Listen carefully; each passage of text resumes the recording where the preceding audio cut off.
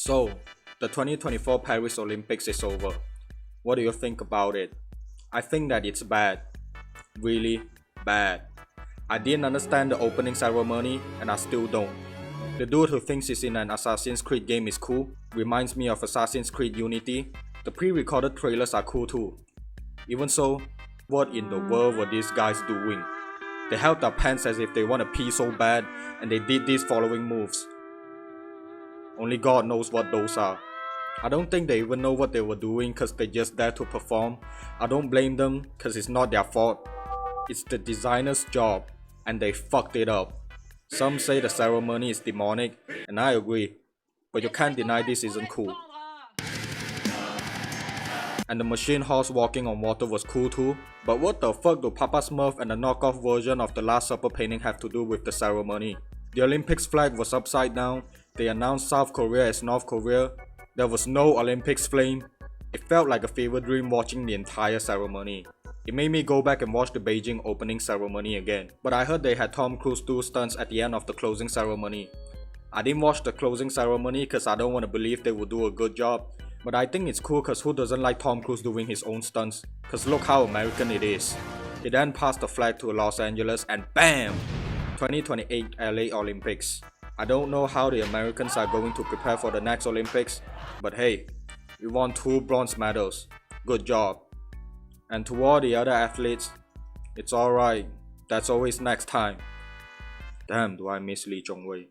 3 times Olympic silver medalist. China, man. Winning gold is good, but have you ever imagined what it would be like if Malaysia ever get to host the Olympics? Yeah, I bet with my Burger King vouchers that you have. We have hosted the SEA Games, we have hosted the Commonwealth Games. What's left is the Olympic Games. It's gonna be glamorous. Okay, I know. We don't have that much money to host it. Not even the sponsors are gonna cover it. Look at Rio. It cost over $10 billion to host the Olympics. They were already in debt, and they added more debts to themselves. I understand Malaysia is in no position to host the Olympics, but just let me smoke some weed and hallucinate about Kuala Lumpur Olympics for a second, okay? We have Bukit Jalil Stadium, Shah Alam Stadium, Tunku Abdul Rahman Stadium. By using one of these stadiums, we will put up performances and shows that actually signify our culture.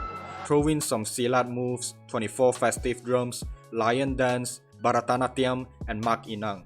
Then, we bring in Michelle Yeoh and Yuna. Samsung gifted each and every athlete a Samsung Galaxy Z Flip 6 in the Paris Olympics, right? Jimmy Choo, come back. We need you. He's going to give the athletes luxury items, high heels for women and tote bags for men. For the Olympics flame, we can gather all the Buddhist and Taoist jinas to place their paper-made offerings into a large cauldron. Not only does it mean the Olympics have officially started, but also acts as a reminder to the Chinese ancestors to watch the Olympic Games. Even better, they can get a Lamborghini and a piece of Audemars Piguet while watching the Chinese team lose to the Chinese Taipei team. Now we call that an opening ceremony. I might get a lot of breakdancers mad, but I'm still gonna say it. Breakdance should have never been added into the Olympics. Cause look at what Reagan has done just so she could emphasize that she's Australian. Okay, so this is the snake. And this is my impression of my pet kangaroo. What I'm doing here is I'm trying to draw a swastika with my hands by visualizing it in my brain. This is the folding paper trick. I bet you have never seen this before. No shit, I couldn't do it. You know what they say? You can take an Australian out of Australia, but you can't take Australia out of an Australian. That's why breakdancing got removed. At the end of the day, she made the kangaroos proud. Anyways, why am I mentioning breakdancing? Cause apparently breakdancing is like artistic swimming, skateboarding, and artistic gymnastics. It requires flexibility and it is judged by how creative and good the performance is. IOC, let me introduce the finest art there is in Malaysia. Artistic cycling. You see these young men here? They're going to climb to the top if you give them a chance they should have. They have received tons and tons of unnecessary criticisms. Many people see them as low-life kids and say that they are endangering the road users and even to themselves. But what I say is they are being artistic and agile, but no one admires their talent. Look at how aerodynamic the way they place their torsos. They are more aerodynamic than a pagani and a cheeseburger. It requires immense skill and hard work to achieve this talent. Additionally, these kids have the most privilege on the road considering they are, well, kids.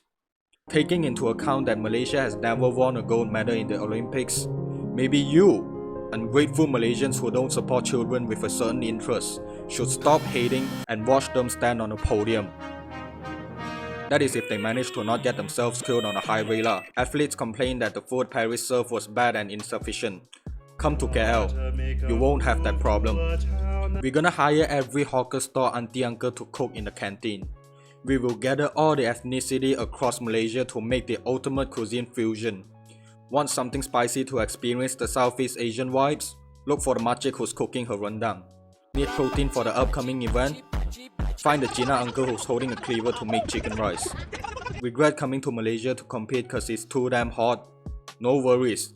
The Anne at the corner got you covered. He's gonna serve the athletes ABC and Chendol. Perhaps the athletes might want something that is sophisticated to suit their tongue. There you go. Just look for the underpaid Myanmar gentleman who's soloing Western cuisine.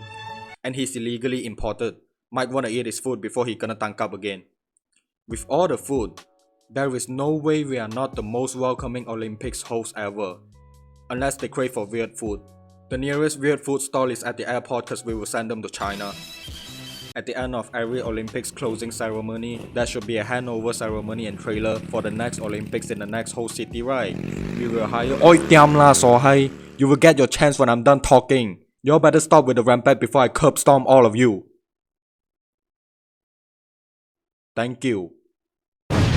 We will hire a bunch of these smart rampant to handle the Olympics flag and they will ride their way to KLCC.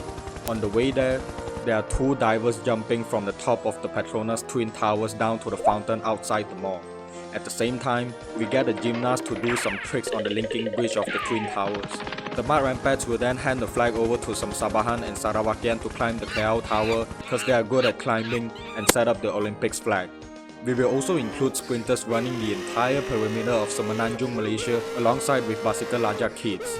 Then one dude will pole vault from Mount Kinabalu all the way to KL.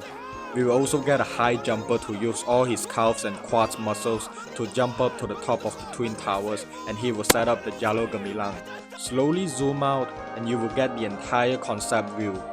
Hanayo, if you need me, I'll always be there. So call me maybe. Ah shit, my weed is wearing off. I'm getting sober now. So once again, thank you to all 26 athletes that have participated in the Paris Olympics, especially the medalist winners. Now it's the Paralympics. You better watch it and support our Paralympians. I'll be there too cause I'm autistic.